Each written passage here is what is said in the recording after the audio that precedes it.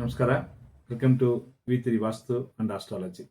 2026 ಯಾವ ತರ ಫಲ ಈ ಸಿಂಹರಾಶಿಗಿದೆಯಾ ಸರ್ ಅಂತ ಕೇಳಿರೋರ್ಕಲ್ಲ ಇದು ಆನ್ಸರ್. ಇವಾಗ 2026 ಈ ಸಿಂಹರಾಶಿನವ್ರಿಗೆ ಎರಡು ತರ ಪಾರ್ಟ್ 1 ಪಾರ್ಟ್ 2 ಅಂತ ಫಲಗಳು ಹೇಳ್ಕೋಬಹುದು. ಯಾಕಂದ್ರೆ ಶನಿ ಮಹಾತ್ಮ ಸಂಚಾರ ಇಲ್ಲ, ಮೀನರಾಶಿಯವರು ಅಲ್ಲಿ ಇರ್ತಾರೆ. ರಾಹು ಕೇತುಗಳು ಡಿಸೆಂಬರ್ ವರೆಗೂ ಅದೇ ಪೊಸಿಷನ್ ಇರ್ತಾರೆ. ಅದೇ ಡಿಸೆಂಬರ್ ಈ ವರ್ಷದ ಕೊನೆಯಲ್ಲಿ ಸಂಚಾರ ಮಾಡ್ತಾರೆ. ಸೊ ಆ ಫಲನ ಹಂಗೆ ಇರ್ತದೆ. ಒಂದೇ ಚೇಂಜಸ್ ಏನಪ್ಪ ಅಂದ್ರೆ ಗುರುಗ್ರಹ ಇಷ್ಟು ದಿವಸ 11ನೇ ಸ್ಥಾನದಲ್ಲಿ ಮಿಥುನ ರಾಶಿಯಲ್ಲಿ ಗುರು ಇದ್ದಾರೆ. ಜೂನ್ ತಿಂಗಳು 1ನೇ ತಾರೀಕು ಆದ್ಮೇಲೆ ಕರ್ಕಾಟಕ ರಾಶಿ ಬರ್ತಾರೆ. ಸೊ 11ನೇ ಸ್ಥಾನದಲ್ಲಿ ಗುರು ಎಲ್ಲಾ ಫಲನು ಚೆನ್ನಾಗಿ ಕೊಟ್ಟಿರ್ಬೋದು. ನೀವೇನೇನು ಅನ್ಕೊಂಡಿರ್ತೀರೋ ಎಕ್ಸ್ಪೆಕ್ಟೆಡ್ ಅನ್ಎಕ್ಸ್ಪೆಕ್ಟೆಡ್ ಎರಡೂ ಪಾಸಿಟಿವ್ ಆಗಿ ನಡೆದಿರ್ಬೋದು. ಆದರೆ ಜೂನ್ ಆದ್ಮೇಲೆ ಸ್ವಲ್ಪ ಬೇರೆ ತರ ಖರ್ಚುಗಳು ಬೇರೆ ತರ ವಿಷಯ ನಡೀತಾ ಇದೆ. ಅದು ಯಾವ್ದು ಅಂತ ನೋಡುವ. ಫಸ್ಟ್ ಏನಪ್ಪಾ ಅಂತಂದ್ರೆ ಲವರ್ಸ್ಗೆ ಸ್ವಲ್ಪ ಈ ಸಿಂಹರಾಶಿನವ್ರಿಗೆ ಲವ್ ಬ್ರೇಕಪ್ ಆಗೋ ಚಾನ್ಸಸ್ ಇರ್ತವೆ. ಅದು ಒಂದು. ತುಂಬಾ ಜನ ಇಲ್ಲಿಗಲ್ ಕನೆಕ್ಷನ್ ಇರ್ಬೋದು ಸ್ವಲ್ಪ ದಿವಸ, ಸ್ವಲ್ಪ ಜನಗಳು ಅದನ್ನು ಸ್ವಲ್ಪ ಬ್ರೇಕ್ ಆಗ್ತದೆ, ಒಳ್ಳೆಯವರಾಗಿ ಚೇಂಜ್ ಆಗ್ತದೆ. 8ರಲ್ಲಿ ಶನಿ ಇರ್ತಾರೆ, ಅದು ಸ್ವಲ್ಪ ಈ ಗಾಡಿ ವಿಷಯದಲ್ಲಿ ಗಮನ ಇರಬೇಕಾಗ್ತದೆ. ಆಮೇಲೆ ಈ ಗವರ್ಮೆಂಟ್ ವಿಷಯದಲ್ಲಿ ಈ ಟ್ಯಾಕ್ಸ್ ಸಂಬಂಧಪಟ್ಟ ವಿಷಯ ಇದೆ ಸರ್, ಏನೋ ಒಂಥರ ಪೆನಾಲ್ಟಿ ಆಗ್ತಾರೆ ಅಂತ ತೊಂದರೆ ಫೇಸ್ ಮಾಡೋ ಚಾನ್ಸಸ್ ಆಗಿರ್ಬೋದು, ಇಲ್ಲ ಆಗ್ತವೆ. ಬಿಸ್ನೆಸ್ ವಿಷಯದಲ್ಲಿ ಒಂಥರ ನಿಮ್ಗೆ ಹೊಟ್ಟೆ ಹೊರಿಗಳು ಜಾಸ್ತಿ ಮಾಡ್ಕೊಂಡಿರ್ತಾರೆ, ನಿಮ್ ಗ್ರೋತ್ ನೋಡ್ಕೊಂಡು ಆ ತೊಂದರೆ ಫೇಸ್ ಮಾಡಿರ್ಬೋದು. ಆಮೇಲೆ ಸುಮ್ಮನೆ ಎನಿಮಿಗಳು ಜಾಸ್ತಿ ಆಗ್ತಾರೆ. ಮೆಡಿಕಲ್ ತೊಂದರೆ ಫೇಸ್ ಮಾಡಿರ್ತೀರಾ, ಹಾಸ್ಪಿಟಲ್ ಎಕ್ಸ್ಪೆನ್ಸಸ್ ಖರ್ಚು ಆ ವಿಷಯ ಫೇಸ್ ಮಾಡಿರ್ತೀರ. ಅದೇ ತರ ಹೆಲ್ತ್ ತೊಂದರೆ ಫೇಸ್ ಮಾಡಿರ್ತಾರೆ, ಯಾಕಂದ್ರೆ ಅಲ್ಲಿ ಕೇದು ಇದ್ದಾರೆ. ಏನೋ ಒಂಥರ ಭಯ ಬಂದ್ಬಿಡ್ತವೆ ಈ ಸಿಂಹರಾಶಿನವ್ರಿಗೆ. ಏನಪ್ಪಾ ಏನೋ ತೊಂದರೆ ಇದೆ ಹಂಗೆ ಅನ್ಕೊಂಡಿದ್ರೆ ಮೆಡಿಕಲ್ ಚೆಕಪ್ ಅಂತ ವಿಷಯ ಮಾಡೋ ತರ ಸಿಚುವೇಶನ್ ಆಗಿರ್ತವೆ. ಅದೇ ತರ ಅತ್ತೆ ಮಾವ ಜೊತೆಲಿ ಸ್ವಲ್ಪ ಮಿಸ್ಅಂಡರ್ಸ್ಟ್ಯಾಂಡ್ ಆಗಿರ್ತವೆ. ಜೆಂಟ್ಸ್ ಆದ್ರೂ ಲೇಡೀಸ್ ಆದ್ರೂ ಯಾರಿಗೆ ಅತ್ತೆ ಮಾವ ಯಾರು ಇರ್ತಾರೋ ಅಪ್ಪ ಅಮ್ಮ ಜೊತೆಲಿ ಆದ್ರೂ ಸ್ವಲ್ಪ ಮಿಸ್ಅಂಡರ್ಸ್ಟ್ಯಾಂಡಿಂಗ್ ಆಗಿರ್ತವೆ. ಆದರೆ ಏನಪ್ಪಾ ಇವಾಗ ಪಾಸಿಟಿವ್ ಅನ್ಕೊಂತಾರೆ, ಫಾರಿನ್ ವಿಷಯದಲ್ಲಿ ಒಂದು ಟ್ರಾವೆಲ್ ಮಾಡೋಕೆ ಚಾನ್ಸಸ್ ಇರುತ್ತವೆ.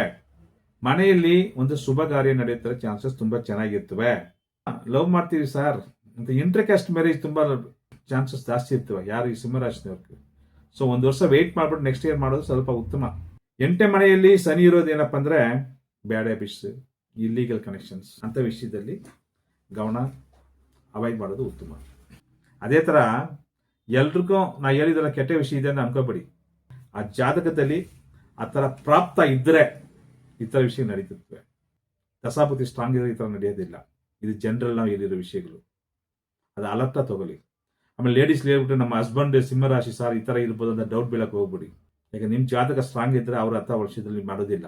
ಆ ತರ ಅನ್ಕೊಂಡು ಫ್ಯಾಮಿಲಿ ವಿಷಯದಲ್ಲಿ ಜಗಳ ಮಾಡಕ್ಕೆ ಹೋಗ್ಬಿಡಿ. ಸಿಂಹರಾಶಿನವ್ರಿಗೆ ಈ ತರ ಚಾನ್ಸಸ್ ಇದೆಯಾ ಅಂತ ಹೇಳ್ತೀವಿ, ಎಲ್ಲರೂ ಆಗಿ ಇರಲ್ಲ. ಸೊ ಫ್ಯಾಮಿಲಿ ಡೌಟ್ ಬೀಳೋದು ಬೇಡ.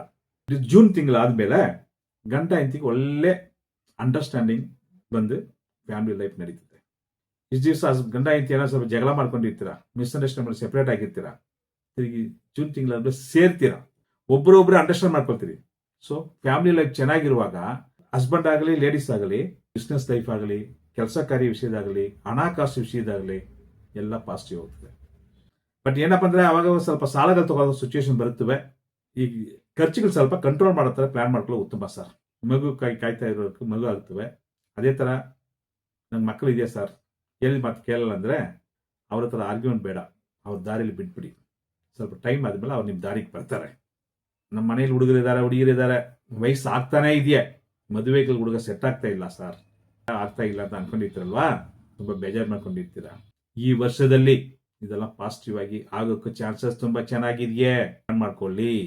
ಇಷ್ಟು ದಿವಸ ಮನಸ್ಸಲ್ಲಿ ಏನೋ ಸೆಲ್ಫ್ ಕಾನ್ಫಿಡೆಂಟ್ ಇರಲ್ಲ, ಏನ್ ಮಾಡೋದು ನಡಿಲ್ಲ ಹೋಗಪ್ಪ ಅಂತ ಬೇಜಾರು ಮಾಡ್ಕೊಂಡಿರ್ತೀರ. ಈಗ ಒಂದು ಕಾನ್ಫಿಡೆಂಟ್ ಬರ್ತದೆ, ಬಿಡುವ ಮಾಡ್ಬೇಡ, ಏನ್ ಬೇಕಾದ್ರೆ ನೋಡ್ಕೊಂಬೇಡ ಅಂತ ಒಂಥರ ಕಾನ್ಫಿಡೆಂಟ್ ಮನಸ್ಸಲ್ಲಿ ಧೈರ್ಯ ಬರುತ್ತವೆ. ಜೂನ್ 1ನೇ ತಾರೀಕು ಆದ್ಮೇಲೆ 12ನೇ ಸ್ಥಾನಕ್ಕೆ ಗುರು ಗ್ರಹ ಬರುತ್ತವೆ. ಸೊ ಇಂಥ ಶುಭ ಖರ್ಚುಗಳು ಮಾಡ್ಕೊಳ್ಳೋದು ಉತ್ತಮ. ಯಾವುದು ಮದುವೆ ವಿಷಯದಾಗಲಿ, ಪ್ರಾಪರ್ಟಿ ವಿಷಯದಾಗಲಿ, ಇಂಥ ವಿಷಯ ಮೇಲೆ ಏನೇನು ಹೇಳಿದಿಲ್ವೋ ಅದೆಲ್ಲ ಪಾಯಿಂಟ್ ಮಾಡ್ಕೊಳ್ಳೋದು ಉತ್ತಮ. ಆದರೆ ಎಲ್ಲಾ ವಿಷಯದಲ್ಲಿನೂ ಸ್ವಲ್ಪ ನಿಧಾನ ಬೇಕು.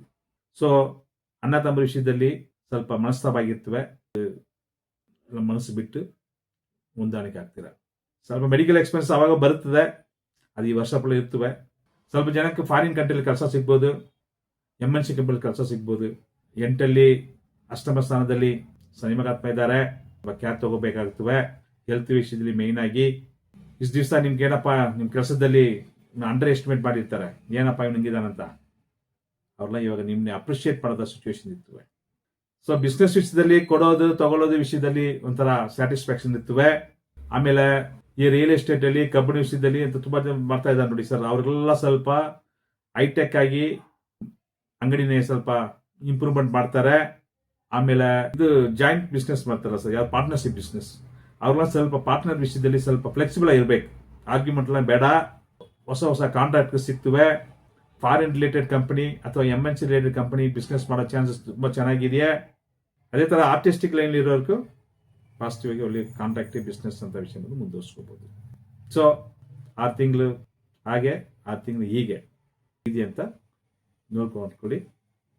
ಅದೇ ತರ ನಮ್ಮ ಚಾನಲ್ ಸ್ವಲ್ಪ ಸಬ್ಸ್ಕ್ರೈಬ್ ಮಾಡಿ. All the best. ಒಳ್ಳೆಯದಾಗಲಿ. ನಮಸ್ಕಾರ.